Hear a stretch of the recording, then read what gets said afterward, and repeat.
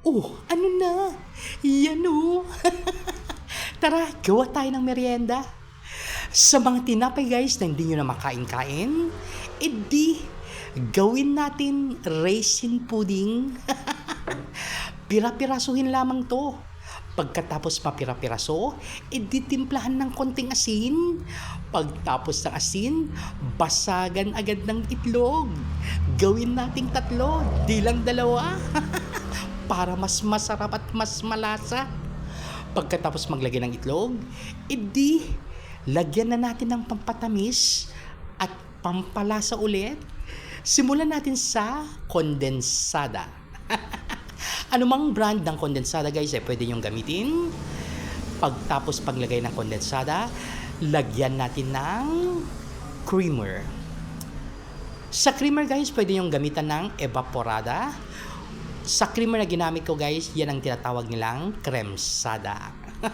Para mas malasa. Pagtapos nyan, idilagyan na natin ng raisins o kaya pasas kung tawagin.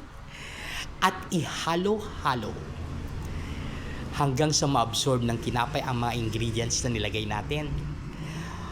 Pagtapos maghalo guys, let it rest for a while. Kung tawagin o kung sabihin nga nila. Yan o. I-flatten up nyo o kaya palitadahan nyo lang. Takpan.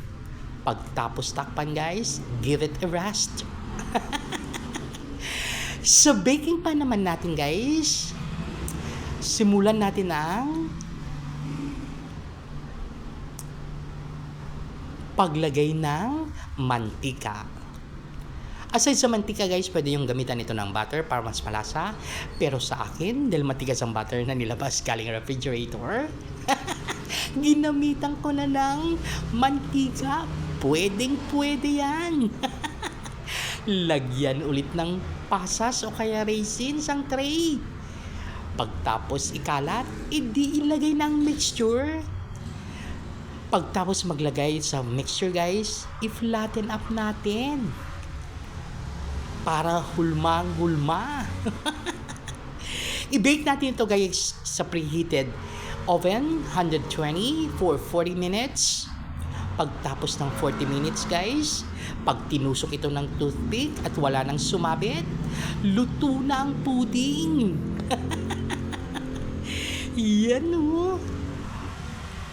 Pag binake ito guys, bumili ka na ng Coke o may magtimpla ka na ng kape. Yan na o, luto na, handa ng merienda. Then give it a flip.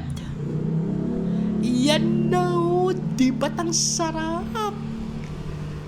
Ang aking raisin pudding. Patungan mo pa ng honey. Ang sarap naman. Till next time, bye!